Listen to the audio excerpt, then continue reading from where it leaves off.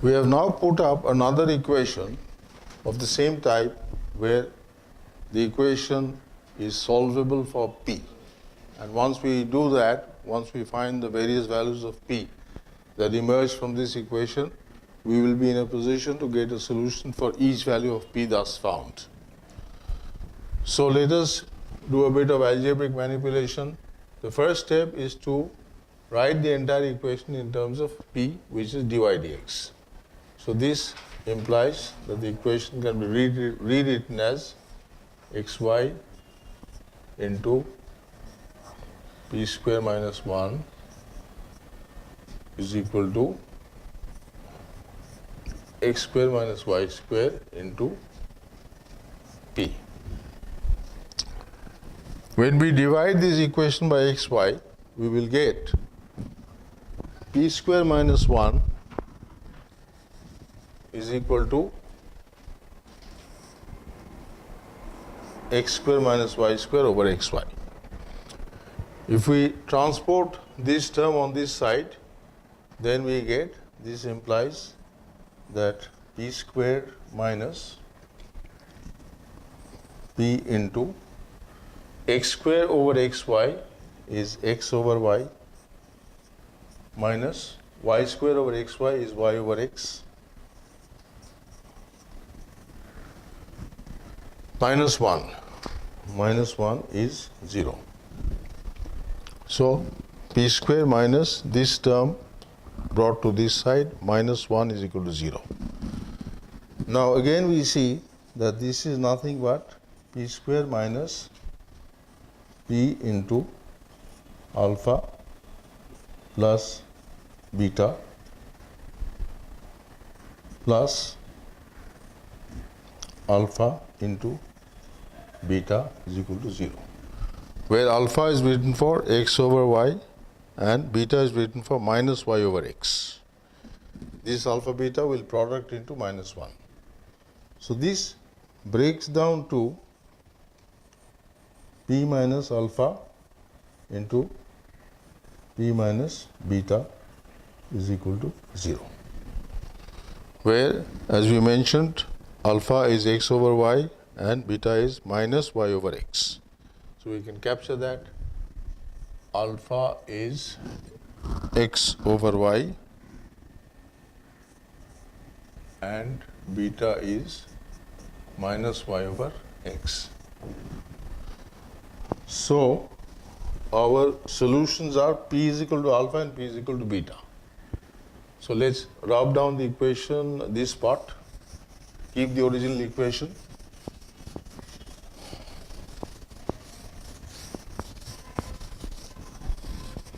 The two values of p we got is p is equal to alpha and p is equal to beta.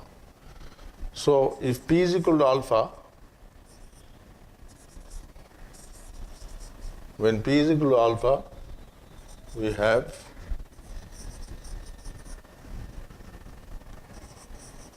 dy dx is equal to alpha x over y, x over y. This implies y dy minus x dx is equal to 0. Y dy minus x dx is equal to 0. We'll change this pen.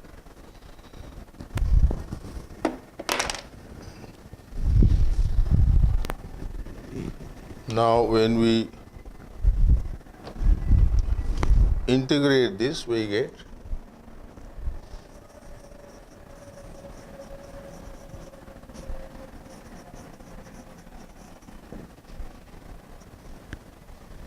y square by 2 minus x square by 2 is equal to c1. In other words, y square minus x square minus 2c1 is 0. So this is one solution connecting y and x with a constant. We'll capture that and hold it somewhere here. Y square minus x square minus 2c1 is equal to 0.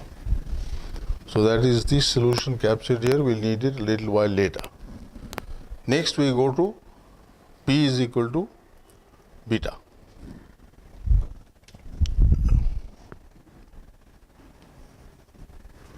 When P is equal to beta, we will have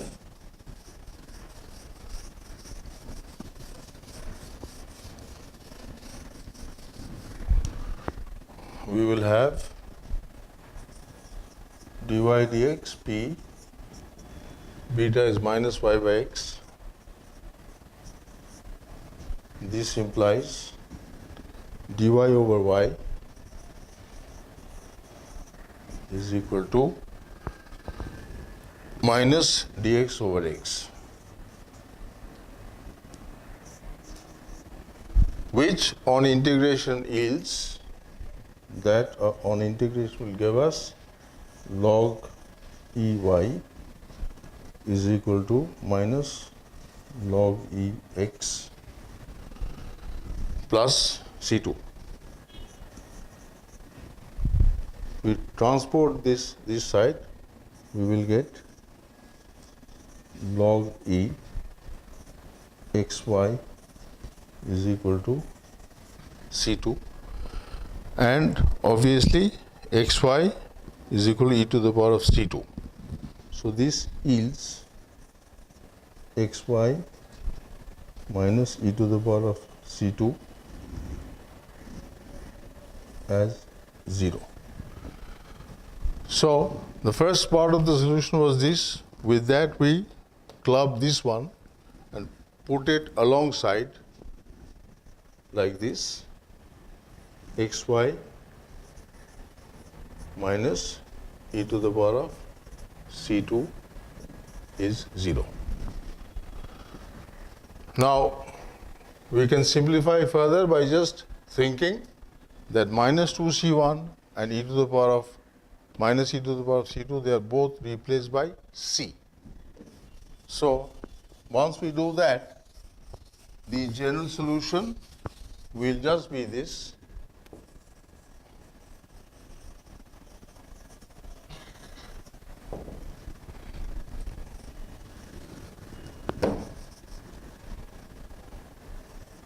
Y square minus x square plus C into xy minus C or plus C is 0, having just one arbitrary constant in the solution, and that is perfectly all right. It is synchronous with the fact that we are dealing with a first order linear equation, so it cannot have more than one arbitrary constant in the solution.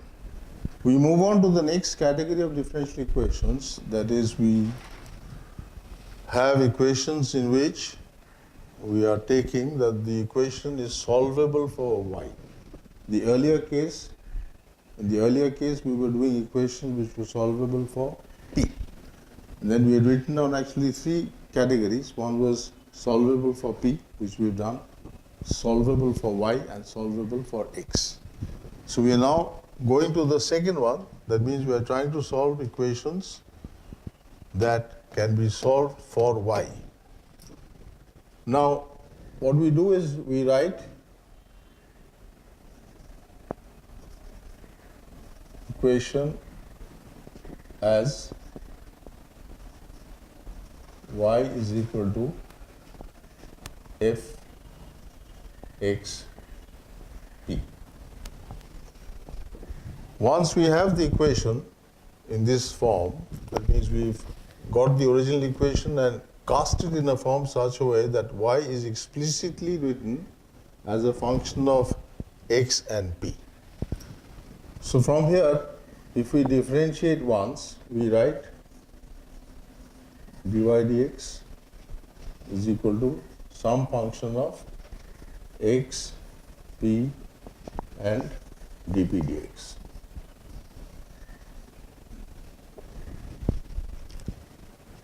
In other words, p is some function of f, x, p, and dp dx. Here actually we don't have much to write about the solution because we have y is equal to a function of x and p. We have p as a function of x, p and itself. So there are two equations, 1 and 2, and if it is possible to eliminate p between these two equations, then we have an explicit equation for y in terms of x. I repeat once again, we have an equation y in terms of x and p. We have an equation of p in terms of x, p and dp dx. This we have to realize is a function of x. So between these two equations, if we can eliminate p, then we will be left with nothing but terms in x and y, and that will represent a solution. So if it is possible to eliminate p between these two equations, as we say in mathematics, then that is the solution. Otherwise, we write these two equations and make a note that the p eliminant between these two represents the solution of the relationship between y and x for this particular kind of equation. We will take an example and then we will see how it works. We have put up an example on the board. We want to solve y is equal to 2px minus p square. Here, y is explicitly given as a function of x and p. So from here, we differentiate once with respect to x and get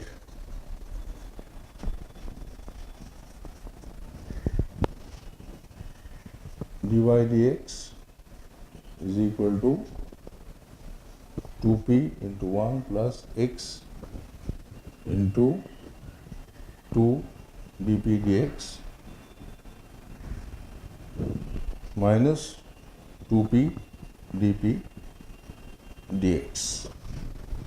So we have differentiated the entire equation on both sides with respect to x, and dy dx is nothing but p.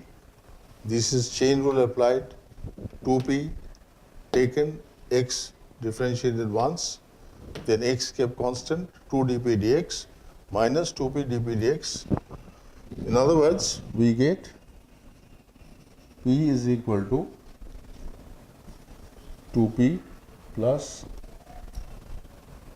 2x dp dx minus 2p dp dx. In other words, we can cancel one p and put this as 0 is equal to just 1p of p. So this implies we can take these terms on the left, p plus 2 into x minus p, 2 into p minus x, 2 into p minus x. Okay, now p, 2 into x minus p, yes, it's all right. dp dx is equal to 0. We've taken the 0 on this side, so p plus 2 times x minus p dp dx is equal to 0. Now, we can recast this equation in a different way. We will do that. This will be converted to a first order linear differential equation.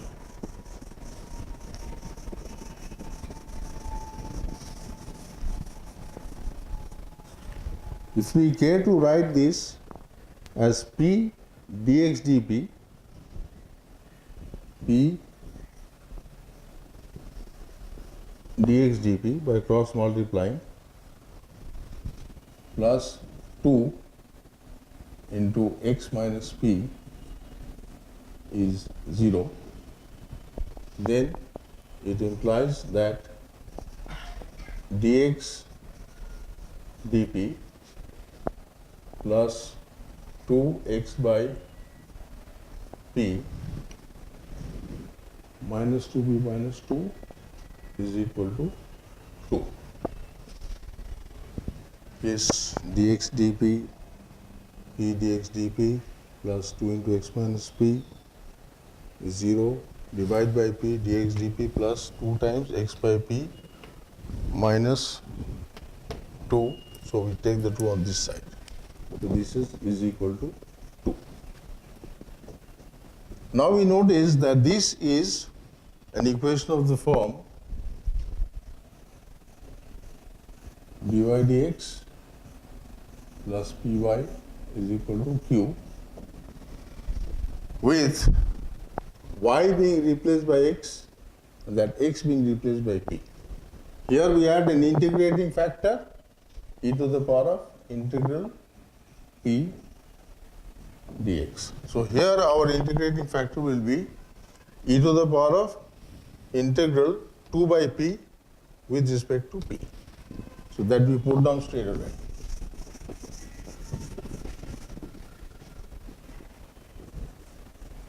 An integrating factor is equal to e to the power of integral 2 by p dp. That is e to the power of 2 log ep, and that is p square. When we multiply this by p square, we get, this is actually just plus 2 not minus 2.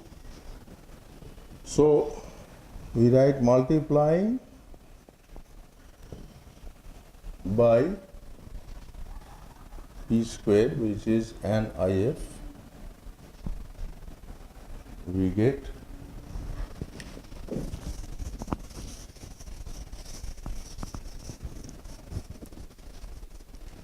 p square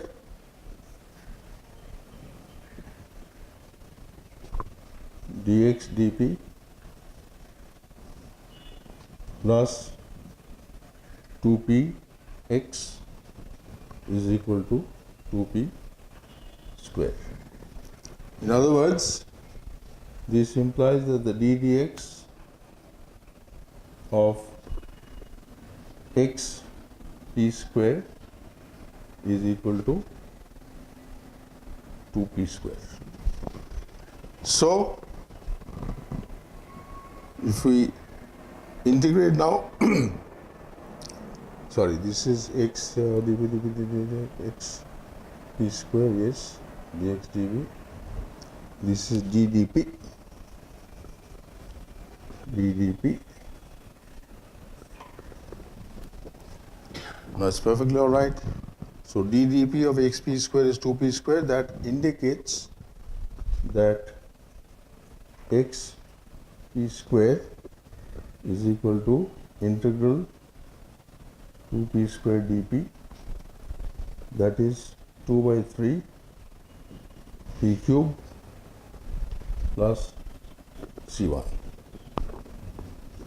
So xp square is equal to 2 by 3 p cube plus c1. We capture this somewhere here.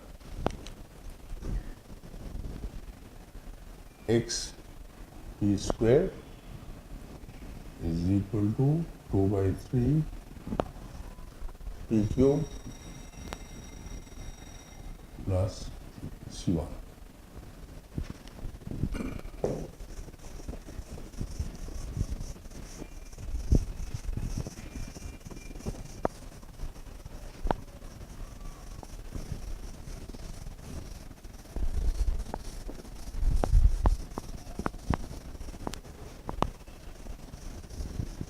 So this is the solution which we got x in terms of p, and we know that the original equation was y is equal to 2px minus p square. Now the question is that this has x and p, this has y, p and x. So we just simply say that this pair of equations, the p eliminant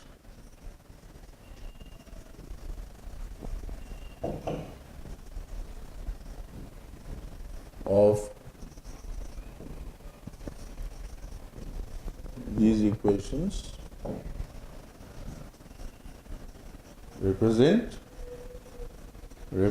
the general solution.